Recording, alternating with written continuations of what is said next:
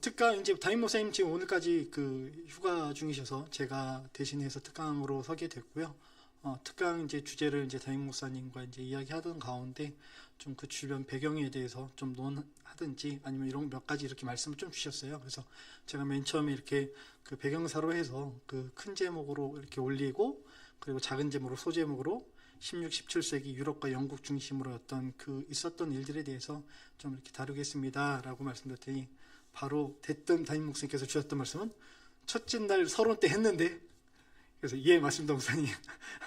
첫째 날 그 목사님께서 이 그 신앙고백서와 관련해 가지고 그 당시에 있었던 여러 가지 신앙고백서들에 대해서 이렇게 함께 많이 이렇게 다루면서 그 신앙고백서들이 어떻게 그 영향을 미치고 서로 상호관계를 어떤 내용들을 담고 있는지를 다루었었습니다. 근데 오늘은 저는 조금 다른 맥락에서 그 배경이 그것까지 오기까지 실제 역사에서 어떤 일들이 있었는지 사건들, 그리고 그 사건들을 중심으로보다는 좀 인물들 중심으로 해서 몇몇 인물들을 좀 살펴보려고 하고요.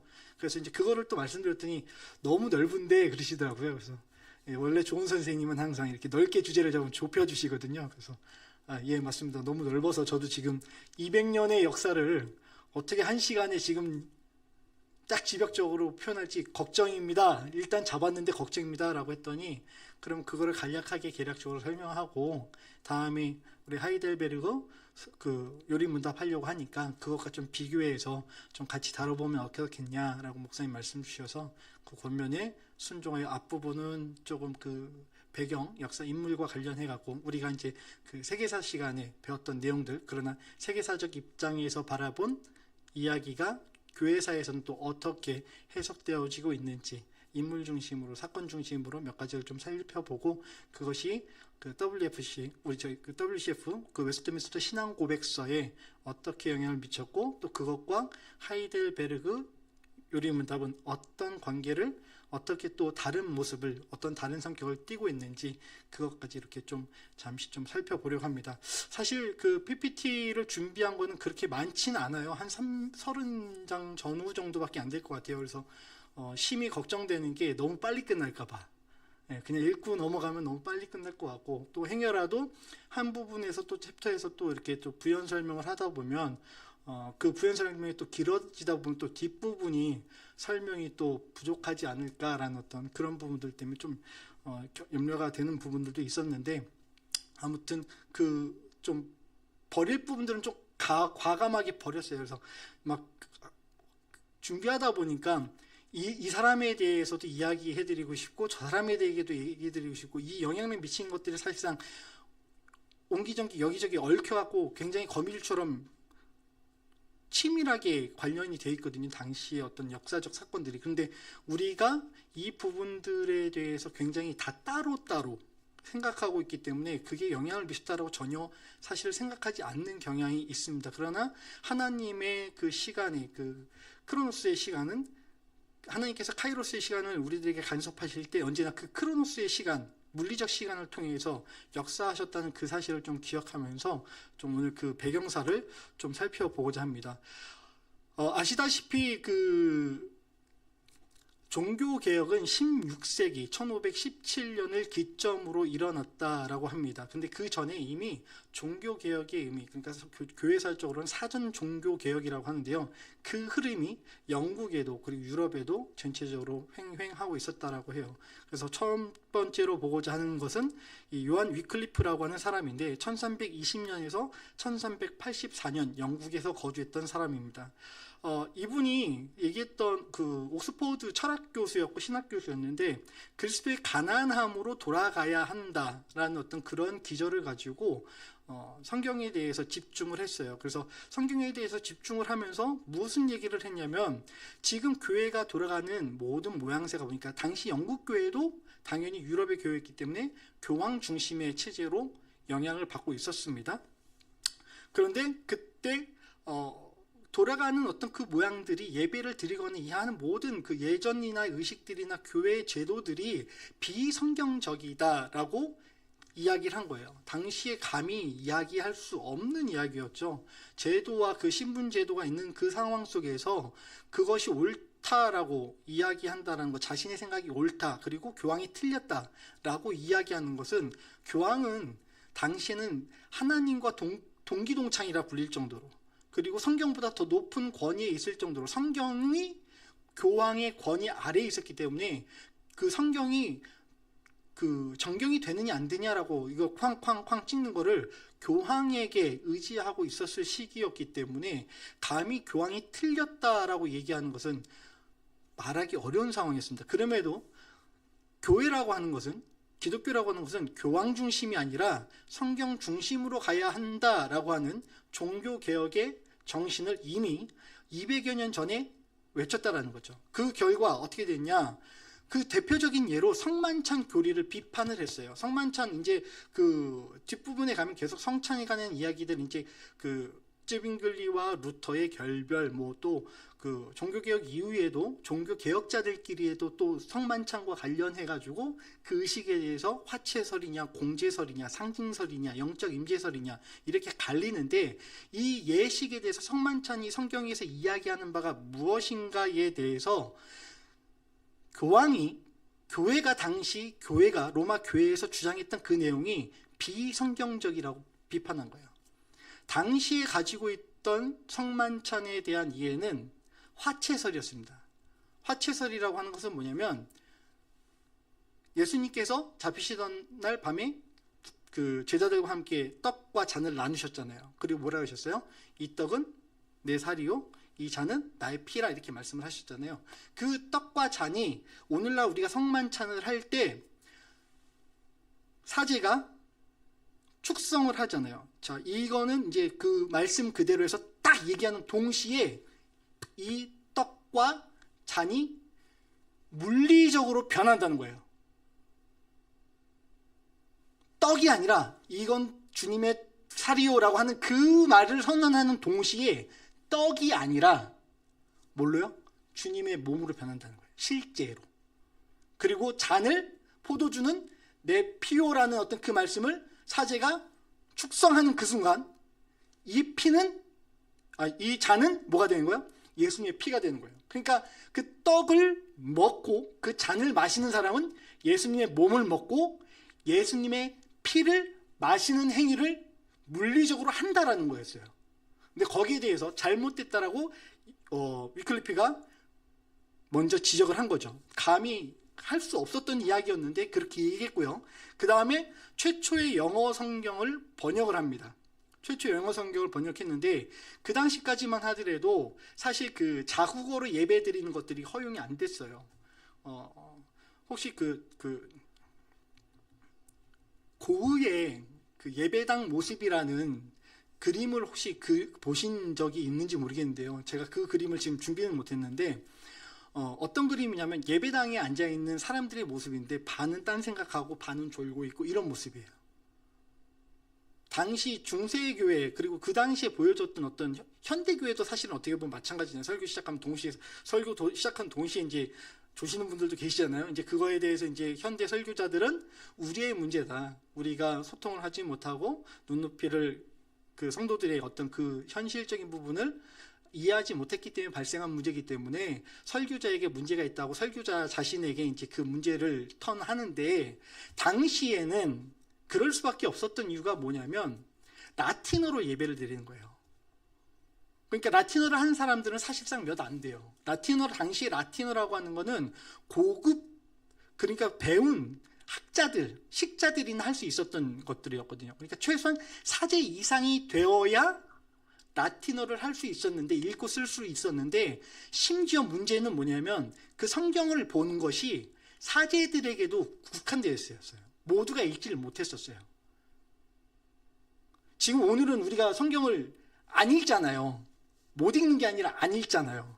그죠? 너무 바빠서 안 읽는 경우가 많잖아요. 근데 당시에는 읽고 싶어도 못 읽는 거예요. 성경책이 저기 있는데 못 읽어요.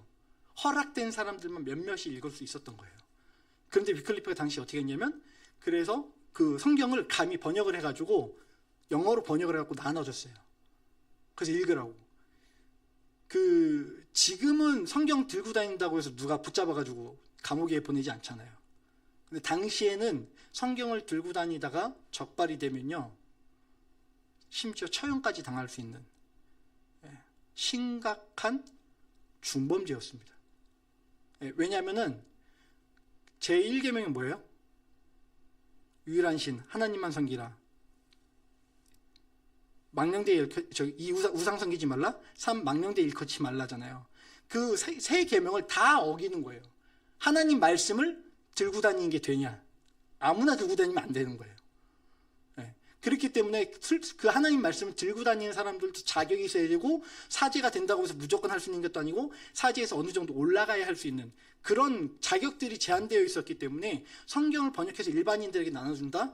이거는 엄청나게 큰 사건이었습니다. 그래서 당시에 로럴즈라고 해서 롤러드파라고 하는 사람들, 이 사람들이 누구냐면 위클리프의 성경사상, 그 종교개혁 사상을 따랐던 사람들이에요. 이 사람들이 뭐를 했냐면은 성경을 쪽복음을 써가지고 옮겨갖고 달달달달 외워서 써서 옮겨가지고 나눠주는 거예요. 그걸 전달해 주는 거예요. 그럼 어떻게 해요? 그걸 또 달달달달 읽고 어떻게 해요? 쪽지를 삼키는 거예요. 왜요? 그 쪽지를 갖고 있으면 생명이랑 바꿔야 되니까.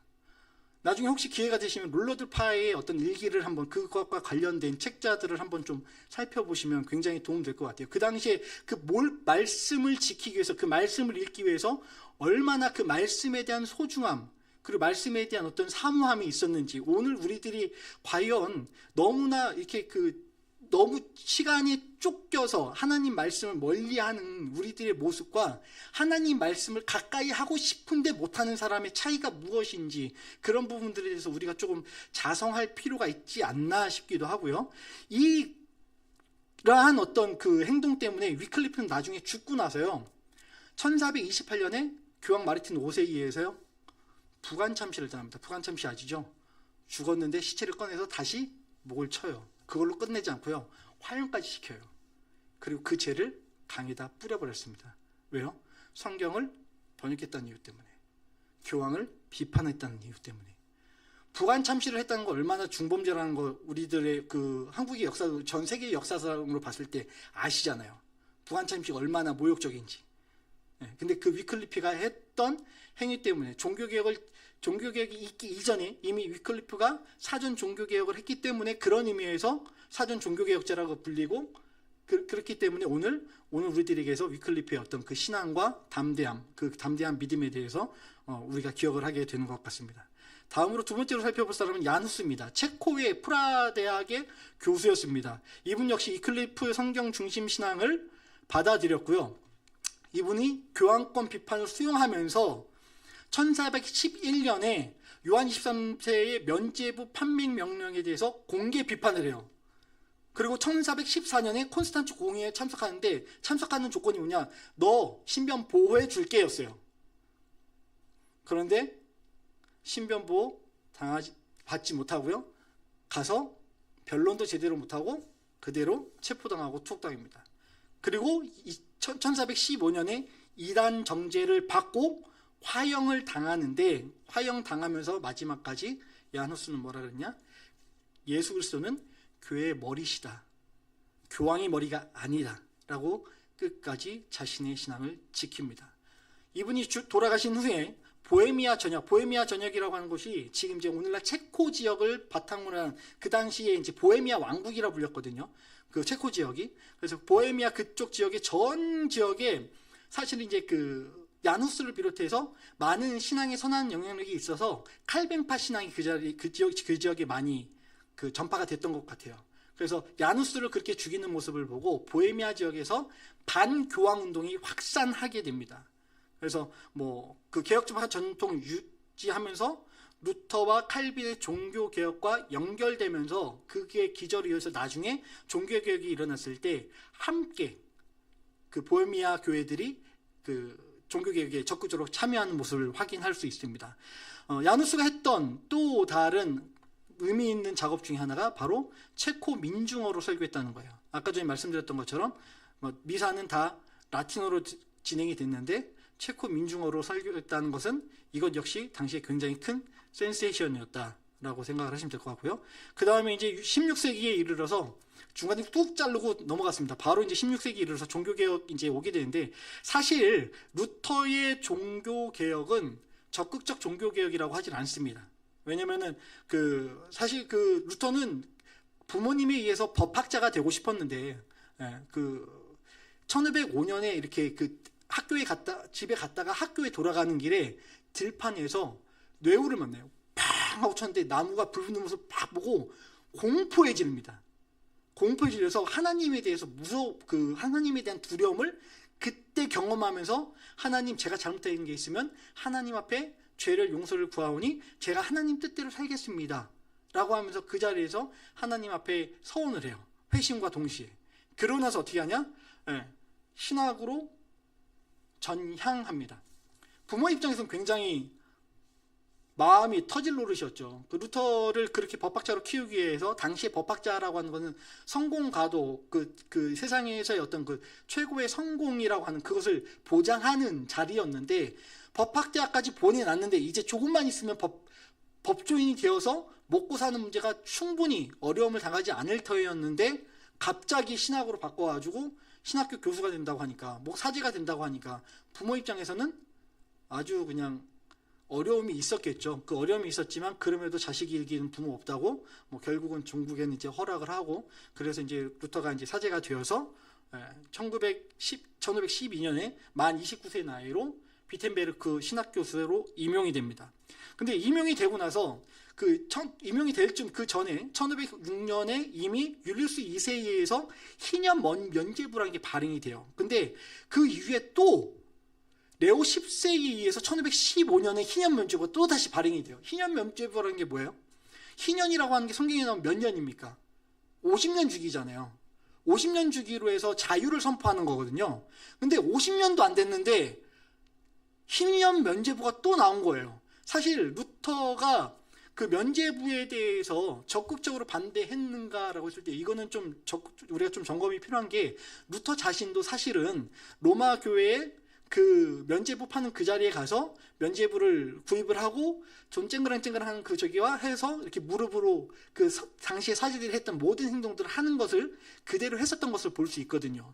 근데 루터가 문제의식을 가졌던 건 뭐냐면, 이게 그러고도 과연 맞느냐, 과연 지금 교회에서 행하는 모든 일들이 성경에 부합하고 우리가 가르치고 있는 그인들에 맞게 한 거냐라고 하면서 자기 지도교사하고 얘기를 해요.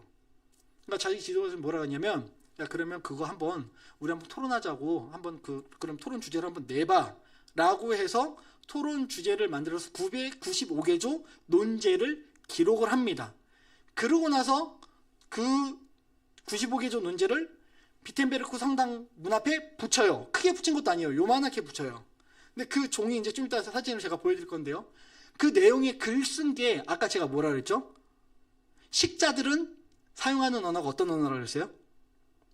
라틴어라고 그랬죠. 95개조 문항을 썼던 언어가 라틴어로 썼습니다.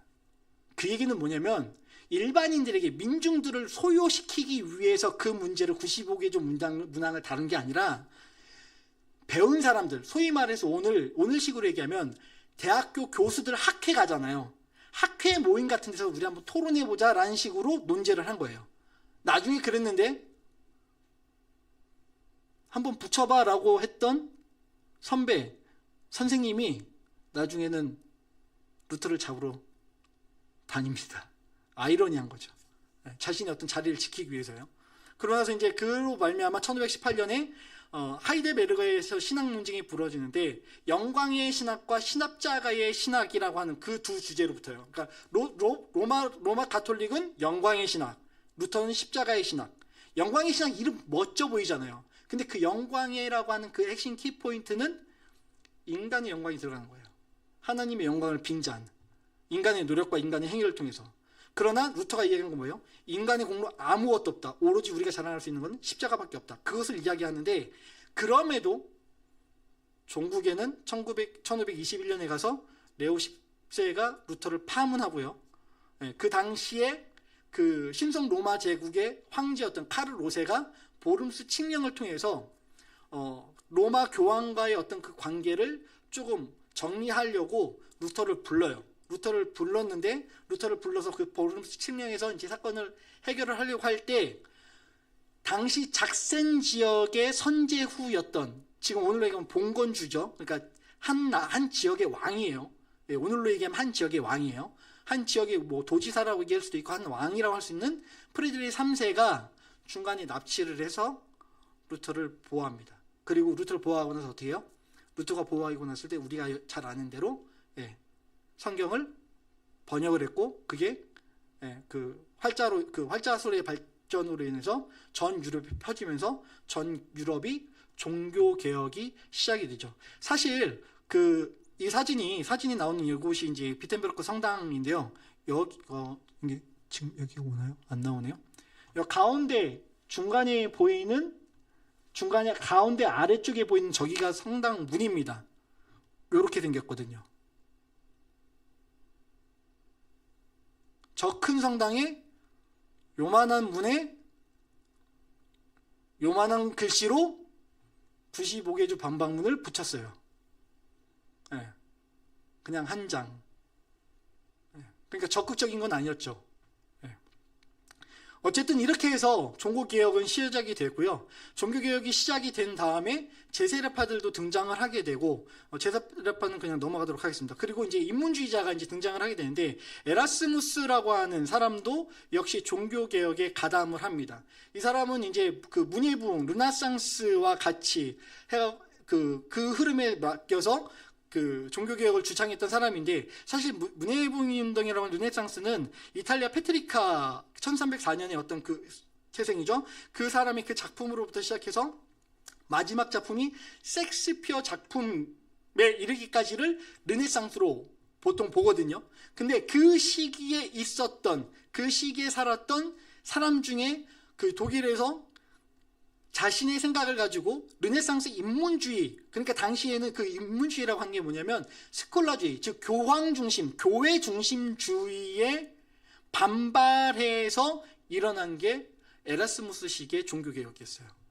종교개혁이라고 했을 때 오늘 우리는 뭐 마틴 루터, 찌빙글리, 그리고 이제 칼빈 이 정도만 생각을 하는데, 그 외에도 인문학자들 중에서도 종교개혁을 외쳤던 사람들이 있다는 거죠. 근데 이들의 종교개혁은 조금 달랐습니다. 스튜디아 휴마니타스 티타스 호는 휴마니오라라고 해갖고 인간성을 연구하는 학문, 보다 인간적인 학문이라는 이 주제로 아드폰테스라고 하는 근본으로 돌아가자라고 하는 운동을 펼칩니다. 루터의 종교개혁과는 조금 다른 게 뭐냐면, 오늘날 이제 기독교에서도 많이 이 아드폰테스에 대해서 그 의미를 같이 되살려서 기독교 인문주의자들 가운데는 기독교 이 종교개혁 정신에 아드폰테스가 포함이 되어 있다라고 말씀하시는 분들이 있거든요. 틀린 얘기는 아니에요. 반은 맞고 반은 틀린 거예요.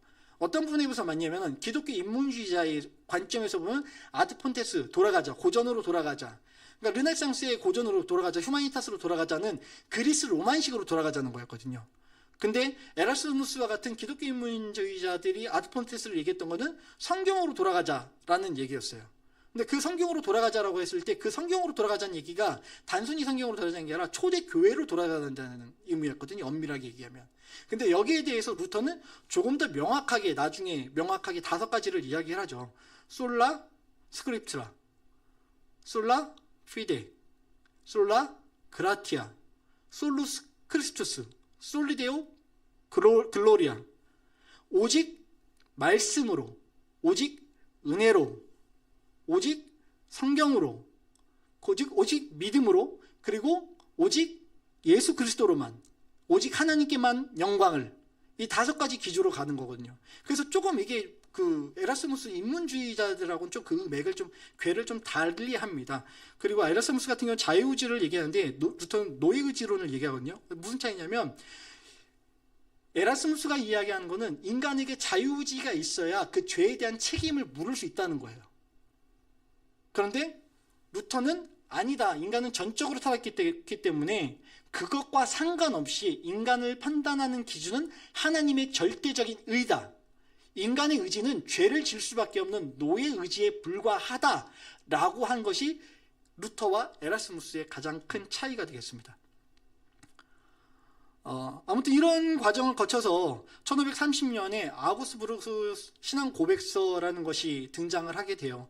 사실상 그 루터의 그 1517년 이후에 그 독일 지역에서 일어난 종교 개혁의 종지부까지는 아니고 종지부를 향해서 달려가려는 당시 그 카를 5세 신성 로마 제국 황제의 발버둥이었죠. 왜냐하면 그 당시에 그 영국이나 프랑스는 이미 권력이 강해서 교황에 의해서 이게 일일이 하나하나 간섭을 안 당할 때였는데, 독일은 여전히 로마 교황청의 간섭을 심하게 당하고 있었어요. 근데 그것에 대해서 조금 벗어나 보고자 카를 5세가 소집을 해서 이 프로테스탄트들과 가톨릭 가운데 좀 화해를 한번 해보자 라고 하면서 이야기를 해갖고 신앙고백서를 냈는데, 그때 이제 프로테스탄트와 이 그 가톨릭 그 사제들이 모여서 회의를 합니다. 그러나 그 의견이 좁아지진 않았어요. 근데 좁아지진 않았는데, 그럼에도 종국적으로는 어떻게 됐냐? 프로테스탄트 개신교의 그 종교성을 인정을 받았습니다. 근데 문제가 뭐냐? 루터파만 인정을 받았어요. 독일 지역이기 때문에.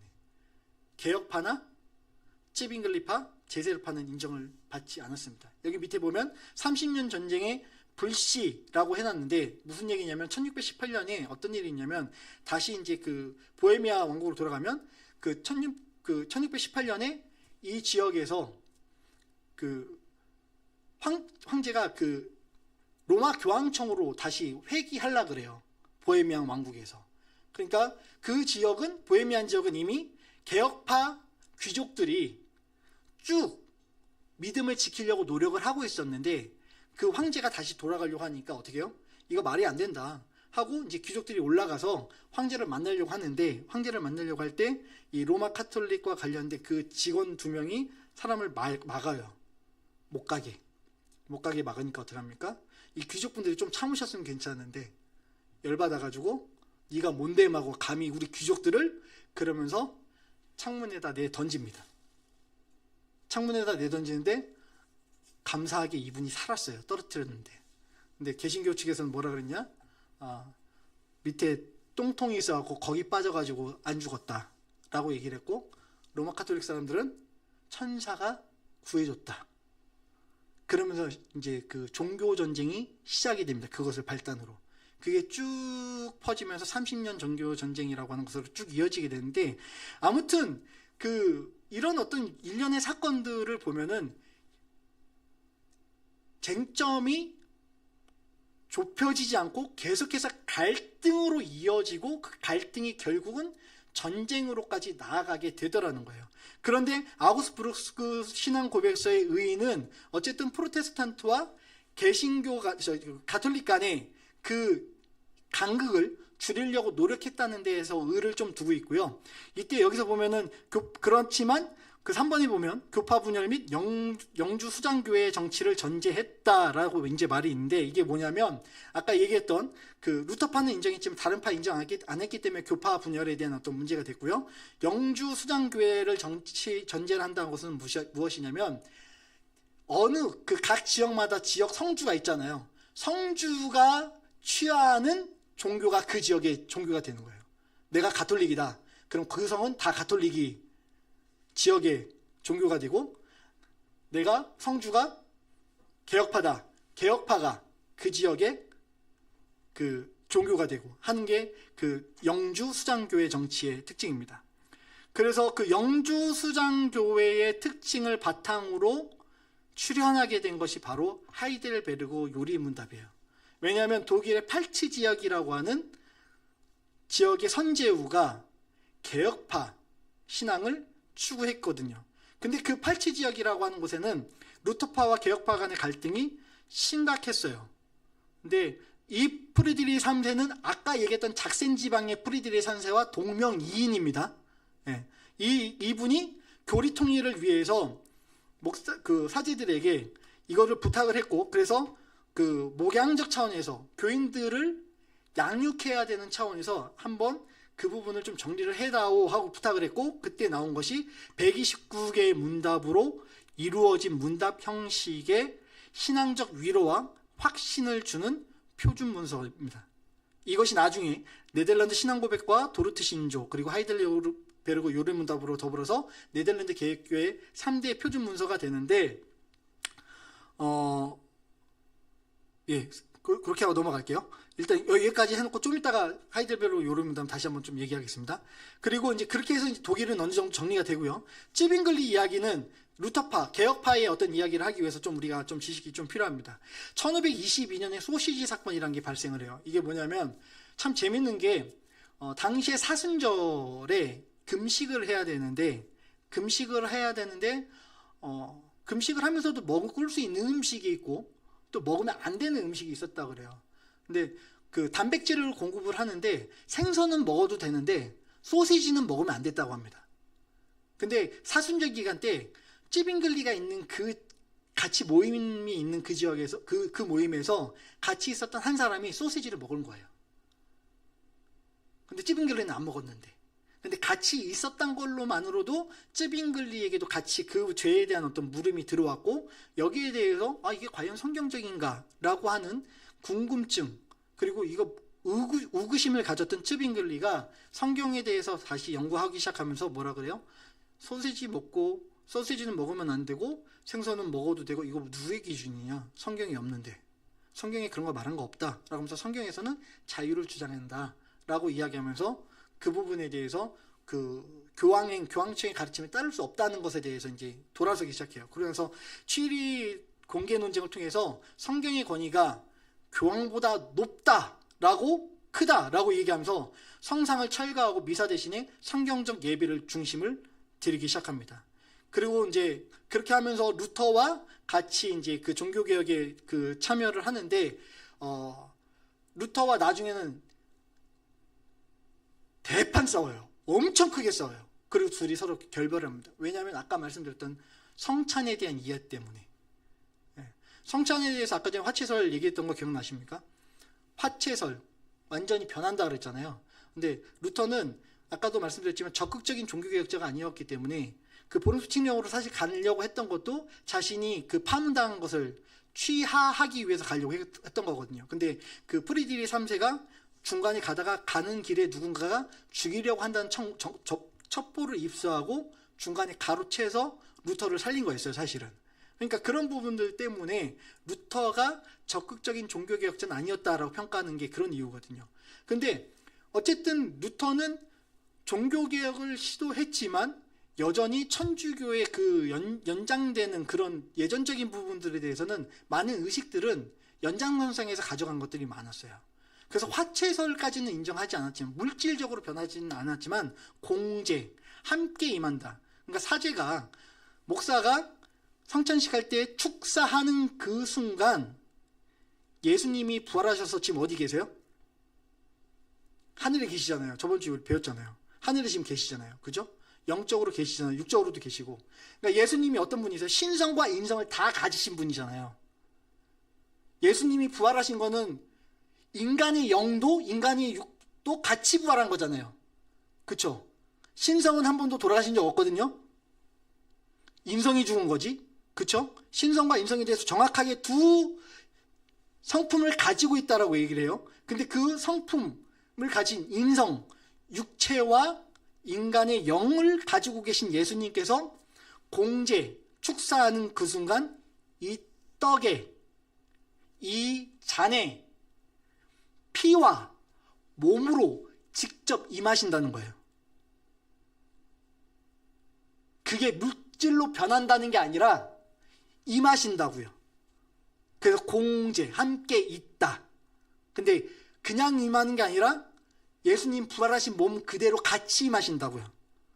그러니까 이게 조금 어려운 부분인데 그 피가 된다는 건 아니고 마시는 순간 제 몸에 예수 그리스도의 피로 쫙 변화된다는 거예요. 피가 임한다는 거예요. 떡을 먹는 순간 이건 떡인데 떡이란 물질은 변하지 않는데 제가 축사하고 제가 먹는 그 순간 제 몸에 쫙 퍼질 때 예수 그리스도의 몸이 내 몸과 하나가 된다. 그런 의미인 거예요. 그게 공제설이에요. 근데 찌빙글은 이걸 인정을 안 해요. 말이 되는 소리를 해라. 어떻게 그게 되냐? 안 된다. 그리고 찌빙글은 뭐라 하냐면 상징설을 얘기합니다. 그냥 기념하는 거야. 변하는 것도 없고 예수님 오시지도 않고 그냥 기념하는 거야. 근데 이 의견차가 좁혀지질 않아요. 그래서 결국은 갈라서게 되고요. 쯔빙글리는 당시 스위스 지역을 중심으로 활동을 했고, 활동을 하면서 에라스무스의 인문주의와 성경주의를 결합을 시켜요. 성경 중심주의를. 그래서 인문적 바탕으로 해서 인문학을 배제하는 게 아니라 인문학적인 해석들을, 그리고 인문학적인 방법들을 같이 수용하면서 종교개혁을 시도합니다. 그리고 그것이 칼빈과 연결이 되면서 스위스의 제네바 교회에 함께 세움이 이루어지고요. 그때 존 녹스라고 하는 스코틀랜드의 목사님이 종교적 자유를 찾아서 유럽으로 망명했을 때 칼빈에게 개혁교회 정신을 배우면서 세상에서 가장 완전한 그리스도 학교가 제네바 교회다 라고 이야기하면서, 왜요? 제네바 시는 곧 시가 교회였고 교회가 시였거든요. 교회의 결정이 시의 결정이었고 시의 결정이 제네바의 교회의 결정이었어요. 왜냐하면 칼빈이 한번 제네바시에서 쫓겨나요. 왜냐하면 칼빈의 책을 읽어보신 분들은 아시겠지만 되게 엄격해요. 진짜 피 한 방울 안 나올 것처럼 엄격하거든요. 뭐 이렇게까지 딱딱한 사람이 있나 싶을 정도로 굉장히 어체도 딱딱하고, 문책 이분도 그 법조인으로의 길을 걷다가 전향한 분이라서 그런지 굉장히 논리적이면서도 굉장히 딱딱해요. 그래서 그 보는 사람으로 하면 어떻게 보면 좀 이렇게 좀 그 같이 생활하면은 그 힘들게 만든 사람 있잖아요. 뭐 틀린 건 아닌데 맞는데, 그래 네가 맞아, 네가 맞는데 너희 그 맞음이 나를 힘들게 한다니까. 근데 제네바 시의 모든은 아닌데 많은 사람들이 칼빈을 힘들어했던 것 같아요. 칼빈을 쫓아내요. 근데 칼빈을 쫓아냈다가 다시 불러요. 생각해보니까 너만큼 괜찮은 목사가 없더라. 다시 우리한테 와서 목사가 되어다오. 근데 어떻게 해요? 칼빈이 그때 내가 시킨 대로 안 하면 절대 안 가. 그러니까 시킨 대로 다 할게 라는 어떤 그 약조를 받고 다시 제네바시로 가서 제네바시에서 교육과 목양을 함께 하면서 시를 교회적 가르침으로 정치를 하기 시작합니다. 성경적 가르침으로 정치를 같이 하기 시작을 해요.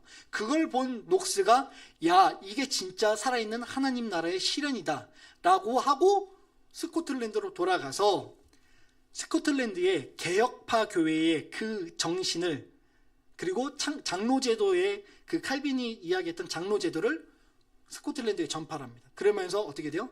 스코틀랜드는 종교개혁에 성공을 하고 종교적 자유를 가지면서 그 칼빈의 개혁교회가 스코틀랜드로 가서 장로교회라고 하는 그 교단적인 배경을 가지고 영국과 미국 그리고 쫙 퍼지면서 한국으로 들어오면서 우리가 장로교라고 하는 그 정치 형태, 교회 형태를 갖게 된 거예요. 그래서 장로교, 그러니까 지금도 유럽 교회 가보면 칼빈의 그 교회는 개혁교회라고 그러지 장로교회라고 안 하거든요. 유럽 교회들은.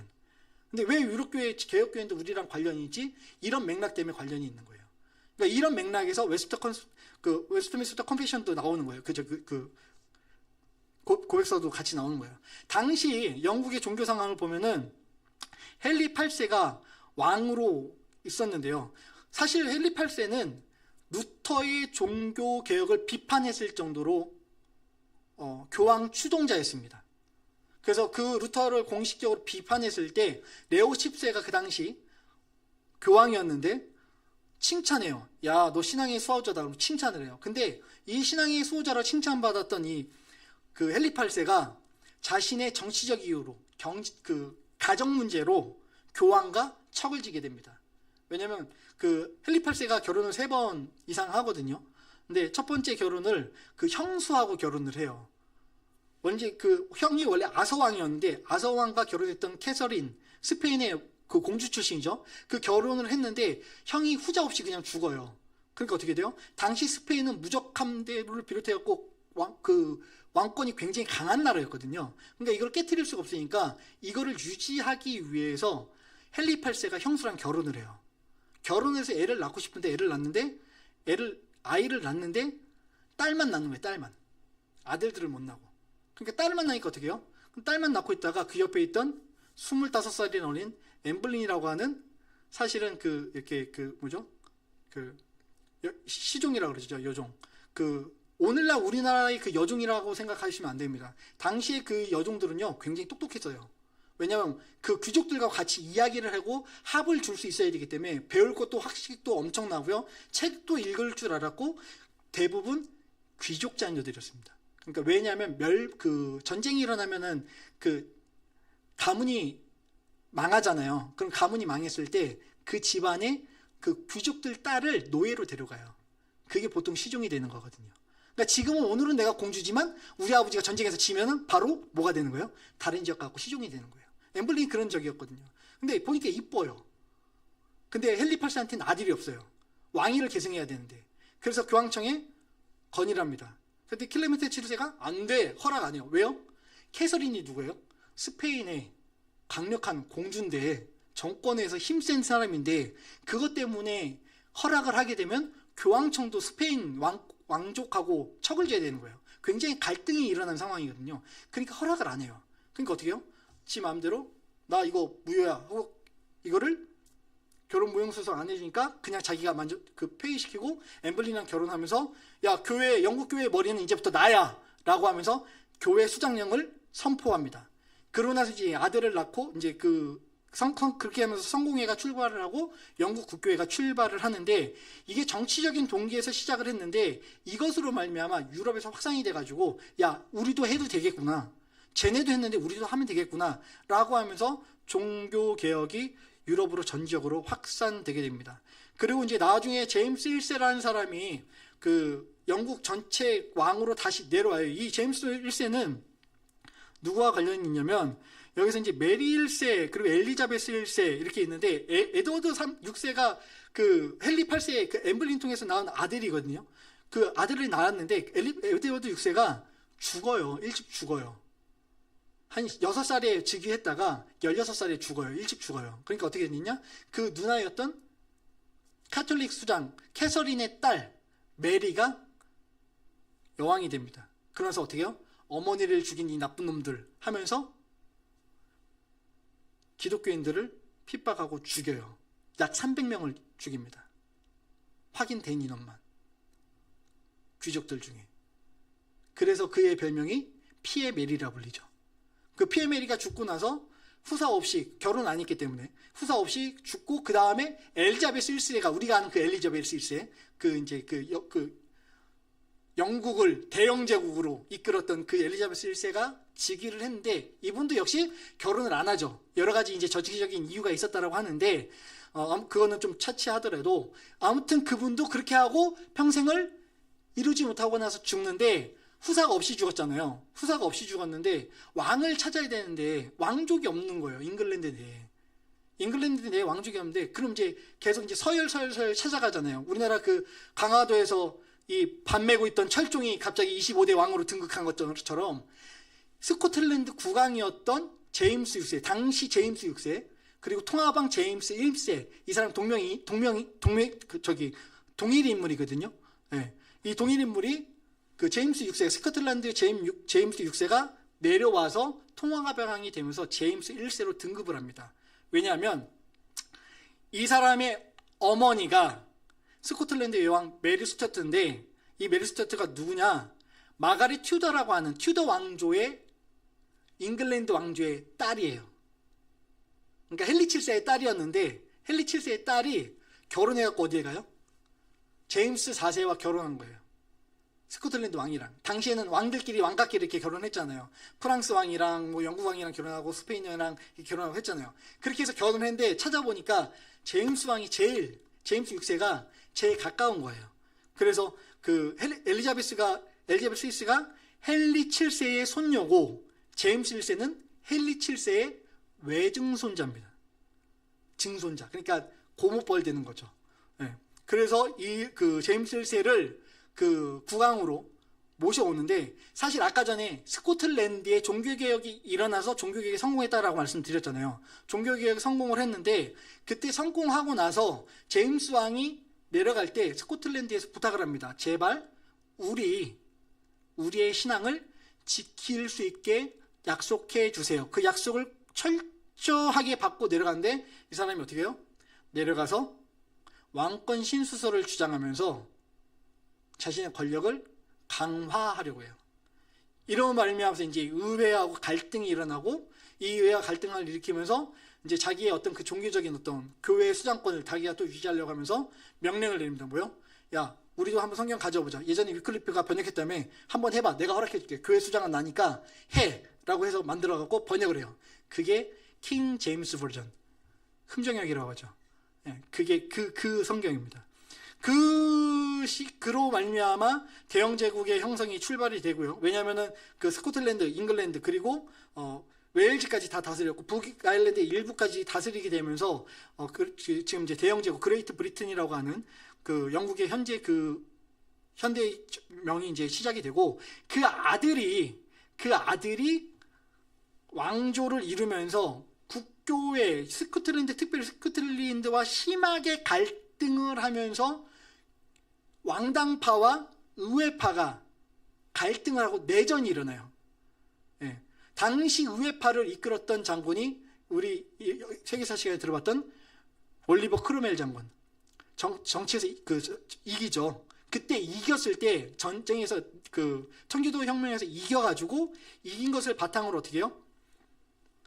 찰스 1세는 1949년에 반역죄로 해서 재판받고 화형을 당하고 크로멜이 그때 전 교회 장로교와 관련된 분들을 웨스트민스터 어셈블리, 어베이가 아니라 어셈블리로 모아가지고 교회 회의로 모아서 우리의 신앙의 신조를 한번 만들어 주세요라고 해서 약 4년, 5년 3개월 동안 함께 신앙 고백서를 만들어내요. 그게 바로 웨스트민스터 신앙 고백서입니다. 그래서 신앙 고백서가 웨스트민스터 신앙 고백서가 그렇게 해서 나오고 그 웨스트민스터 신앙 고백서를 바탕으로 해서 문답 형식으로 나오게 된 게 대요리 문답과 소요리 문답이에요. 그 중에 이제 우리는 대요리 문답이 아니라 소요리 문답을 지금 공부하고 있잖아요. 그 소요리 문답은 웨스트민스터 신앙 고백서를 바탕으로 해서 진행이 되고 있는데 이 역사적 배경을 보면 그 하이델베르그 요리 문답을 HC라고 하고 이제 웨스트민스터 신앙 고백서를 WCF라고 했을 때 작성 시기는 그 웨스트민스터 신앙 고백서가 훨씬 뒤에 일어났죠. 그리고 이게 하이델베르그 요리 문답이 정치 이 귀족들에 의해서 정권을 잡은 왕에 의해서 선제후에 의해서 명령에 대해서 이렇게 그 신앙이 통일되기 위해서 이루어졌다라고 하면은 이 웨스트민스터 신앙 고백서는 청교도들이 주도해서 스스로 교인들이 주도해서 만들어낸 신앙 고백서라는 데 더 의의가 있습니다. 그래서 교회 정립과 국교회의 개혁을 위해서 애쓴 거예요. 그런데 보면은 특징이 조금 다른 게 담임 목사님께서도 그 말씀 하셨잖아요. 그 하이델베르그 요리 문답은 좀 목양적인 차원에 가깝고 웨스트민스터 신앙 고백서는 교리적에 가깝다라고 했잖아요. 왜냐하면 그럴 수밖에 없는 게 귀족이 선제후가 다스릴 때 그 백성들이 좀 알아듣기 쉽게 얘네들이 이해 못하니까 얘네들 좀 알아들을 수 있게 쉽게 좀 얘기를 해줘 라는 차원에서 진행된 게 하이델베르그 요리문답이기 때문에 문체도 굉장히 부드럽고요. 일반 백성들이 들어도 딱딱하지 않고 지식이 없어도 아 이거구나 하고 알 수가 있어요. 그런데 웨스트민스터 신앙 고백서는 이런 어떤 정치적 배경에서 나왔기 때문에 그리고 또 그 흐름 자체가 칼빈의 종교개혁과 찌빙글리의 그 인문학 사상 그것들이 융합되면서 존 녹스에게 녹아들어서 그렇게 해서 내려온 그 이야기 그 주장들이 함께 모여서 그것들을 논했던 학자들이 막상 웨스트민스터 컨페션 어셈블리로 모였을 때 위그노들은 오지 못했는데 낭트칭령으로 오지 못했는데 위그노드 프랑스에 있는 장로교들까지 사실은 다 불렀거든요. 주변에 있는 장로교도라고 하는 사람들은 죄다 불러갖고 사실은 회의를 한 거예요. 근데 그때 참석한 인원이 약 120명이었고 120명의 학자들이 모여서 체계를 잡은 거예요. 왜냐하면 이거 두 번 다시 우리가 이런 아픔을 겪으면 안 된다. 우리가 절대적인 기준을 가지고 있어야 이 부분에 대해서 누가 이야기를 하더라도 왕이 이야기를 하든 교황이 얘기를 누가 이야기하든 성경이 이야기하는 것이 무엇인지 정확하게 녹여내서 방어할 수 있어야 우리의 신앙을 지킬 수 있다라는 기조로 세운 것이기 때문에 철저한 개혁주의가 무엇인가 그거를 성경이 여기선 이렇게 얘기하고 저기선 이렇게 하고 이야기하는 그것들을 다 종합해가지고 일목요연하게 쫙 짜는 게 웨스트민스터 신앙 고백서인 거예요. 그러니까 굉장히 딱딱하죠. 아까 전에 제가 그랬잖아요. 칼빈의 글 보면 굉장히 딱딱하다고. 글 읽다 보면 막 피 안 날 것 같아요. 그리고 글 읽다 보면 뭐 이렇게 좀 부드럽게 표현할 수 있는데 왜 이렇게 세게 얘기해? 근데 웨스트민스터 고백서도 똑같아요. 좀 강해요, 표현이. 그래서 그 원문을 보면은 좀 부드럽게 표현하면 좋겠는데 이런 경우가 매우 많습니다. 그런데 하이델베르그 요리 문답은 그에 비해서 어때요? 되게 부드러워요. 그 내용도 이래서 그렇구나. 그래서 구성을 보면은 하이델베르그 요리 문답은요, 죄의 비참함, 인간의 죄, 그렇게 죄인이기 때문에 인간의 비참함, 그래서 하나님께서 인간을 구속하신다. 그러니까 구원받았으니 우리의 삶은 어떻게 해야 된다? 감사하는 삶 살아야 된다. 이게 핵심이에요. 그리고 우리가 하다 보면은 목사님 제가 이렇게 막 죄를 짓고 이렇게 나쁘게 사는데 이러고도 제가 천국 갈 수 있을까요? 이런 걱정도 사실 많이 하잖아요. 그럼 그런 질문에 대해서 하이델베르그 소요리 문답 하이델베르그 요리 문답 뭐라 그러냐면 괜찮아요. 주님 안에서 우리는 안식할 수 있고 주님께서 구원이셨으면 어디든 우리가 신앙인이라면 하나님께서 구원하신다면 구원의 안심이 있으니까 그러니까 걱정하지 말고 믿음의 확신을 누리고 믿음대로 사세요. 이렇게 말을 해요. 그런데 신앙고백서는 웨스트민스터 신앙고백서는 뭐라 그래요? 야, 너 그렇게 살다가 네가 그렇게 사는데 신자 맞아? 잘 봐봐. 창조, 타락, 구속, 심판이야. 심판이 있어. 구속받은 것 같지? 너 삶의 열매로 보이는데 너의 삶의 열매는 뭐야? 네가 그렇게 산다라고 하는 거는 어쩌면 구원받지 못한 걸 수도 있어. 그럼 너 나중에 심판받을 때 지옥 갈지 몰라. 갑자기 엄격해지죠. 그러니까 그 부분에서 굉장히 철저하게 얘기를 하는 거예요. 그러니까 틀린 얘기는 아니거든요. 맞는 얘기거든요. 그런데 어떻게 보면은 웨스트민스터 신앙고백서는 신학적 지식과 그러니까 바울식으로 얘기하면은 하이델베르그 요리 문답은 젖 같고요. 웨스트민스터 신앙고백서는요, 딱딱한 쌀밥 같아요. 그러니까 어느 정도 지식이 있고 교리에 대해서 알고 성경에 대한 지식이 있고 없이 보면은 왜 이렇게 하나님 차가우세요? 왜 이렇게 하나님 냉정하세요? 라고 들릴 수 있고 그렇게 보일 수 있는 게 어떻게 보면 웨스트민스터 신앙고백서예요. 지금 우리가 소요리 문답을 보고 있지만 소요리 문답은 사실 소요리 문답도 그 웨스트민스터의 신앙고백서의 딱딱한 내용을 좀 부드럽게 대요리 문답이 목회자나 교역자들을 위한 어떤 그 시기의 교육생들을 위한 교육을 해야 되는 교육자들을 위한 교육생들을 위한 자료라고 하면 이 소요리 문답은 어린이들도 같이 공부할 수 있고 누구든지 교리가 뭔지 요리가 뭔지 성경이 뭐라고 얘기하는지 다 이해할 수 있게 쉽게 표현하고 눈높이 맞춰서 해 주었다라고 하는데도 소요리 문답도 사실 보면 어렵잖아요. 때로는 먹기 어렵잖아요. 와, 성경이 이렇게까지 얘기했다고? 와, 그러면 나는 어떻게 살아야 된다는 거지? 와, 그럼 내가 진짜 믿음대로 산 게 맞나? 내가 구원받은 삶 맞나? 이걸 계속 찔러요, 사실은.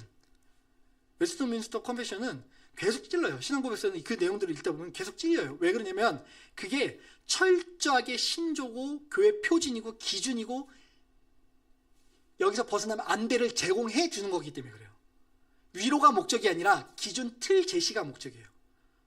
네. 그렇기 때문에 웨스트민스터 그 신앙고백서를 보면은 우리는 조금 더 어떻게 보면은 인간이 할 수 있는 게 뭐가 있지? 결국 인간이 무능한 것밖에 없네? 네, 맞아요. 그렇게 보시면 정확하게 본 거예요. 왜요? 하나님 주권을 철저하게 강조하고 있고 언약신학이라고 하는 것에 대해서도 정확하게 강조하고 있으니까. 왜냐면 이 언약신학이라고 하는 것은 보면 하나님께서 그 아담과 맺은 그 행위 언약에 대해서 뒤로 좀 나갈게요. 행위 언약에 대해서 그리스도의 은혜 언약을 통해서 그것이 해결된다라고 하는 그 기준의 그 연결점이 무엇인지 체계를 명확하게 이야기하거든요. 근데 그 하이델베르그 요리 문답 같은 경우는 그냥 이야기는 하는데 그게 어떻게 적용이 되는지 그냥 이렇게 요래요래 해서 저래저래 하면 된다 그냥 이런 식으로 넘어가요. 그러니까 명확하게 설명하지 않고. 근데 그 내용은 들어가 있어요. 그러기 때문에 어떻게 해요? 그냥 우리는 어쨌든 하나님의 주권 하에서 하나님의 인도하심을 따라 우리가 살아낼 때 우리가 구원받은 자로서 살아갈 수 있으니까 오늘 우리는 구원받았으니까 평안하게 살면 돼. 기뻐하며 살면 돼. 감사하며 살면 돼. 요게 하이델베르그 요리문답의 실격이고, 그 웨스트민스터 신앙고백은 뭐라 그래요? 야, 아니야. 하나님께서 선택도 하셨지만 유기도 정하셨어. 이중예정이라고 하죠. 선택뿐만 아니라 유기될 자도 정하셨다 라고 얘기해요. 그럼 뭐라 그래요? 우리들은 대번 안 믿는 사람들, 특히 따지기 좋아하는 사람들, 그럼 하나님 불공정하신 거 아닙니까? 네, 그런 부분들까지도 철저하게 어떠한 목적에서 하나님께서 그렇게 했는지 얘기를 쭈쭈쭉 다루고 있다라는 거죠. 그래서 그 웨스트민스터 신앙고백서와 그 하이델베르그 요리문답의 공통점을 보면 개혁주의, 칼빈주의 전통의 근거에서 있고 성경을 최고의 권위로 인정합니다. 그 위의 것은 받아들이지 않아요.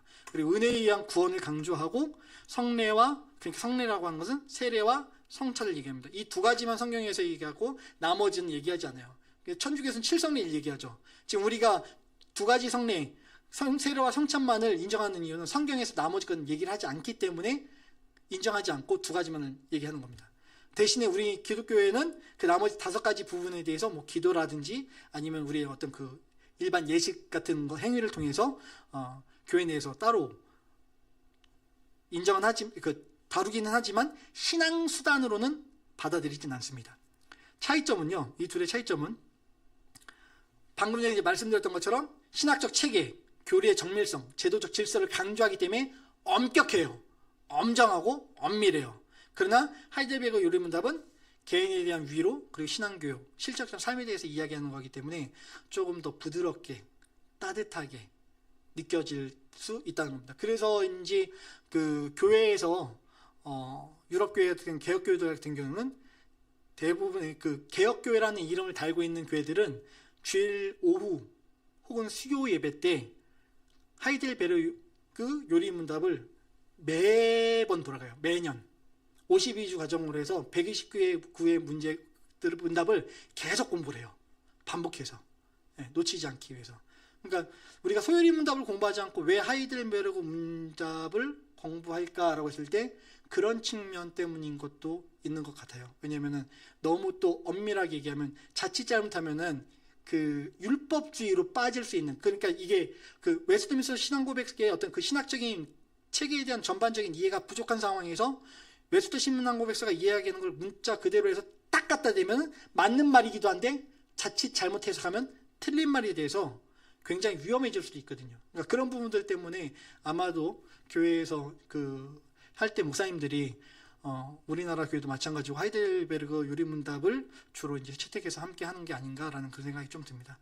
그래서 보시고 웨스트민스터 신앙고백서와 대요리문답, 소요리문답을 이렇게 좀 구별을 좀 해놨거든요.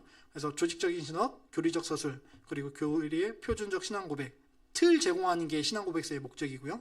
대요리문답은 고백서를 상세히 풀고, 그리고 소요리문답은 고백서의 그 내용을 푼 것을 핵심을 단순화해서 해놓은 것이 소요리 문답입니다. 이렇게 해가지고 이런 어떤 그 차이와 이런 어떤 전체적인 틀의 맥을 가지고 우리들이 이제 담임 목사님 함께 그 소요리 문답을 공부하시고 나아간다라고 하면은 아마도 우리들이 가지고 있는 신학적 정체성이 어떤 바탕에서 왔는지 다시금 그 기조 전체성에 대해서 우리가 한번 점검을 해볼 수 있는 시간이 될 것 같고요. 그리고 요리 문답을 통해서 성경이 이야기하는 구원이 무엇인지, 창조가 무엇인지, 인간이 무엇인지, 그 조직신학적으로 봤을 때 하나님 어떤 분이신지부터 시작해서 쭉, 그렇다면 구원에 이르기까지, 그리고 또 종말은 우리의 죽음 이후에는 어떤 삶이 있는지, 그런 모든 궁금해하는 그런 부분들이 다 성경에 녹아져 있고, 그 성경에 녹아져 있는 그 내용을 체계화시켜서 표현한 게 웨스트민스터 신앙 고백서고, 그것을 바탕으로 자세하게 설명을 한 것이, 이해하기 쉽게 단순화시킨 것이 소요리 문답이다 라고 하는 그 배경을 오늘 우리들이 좀 한번 점검을 해 보았습니다.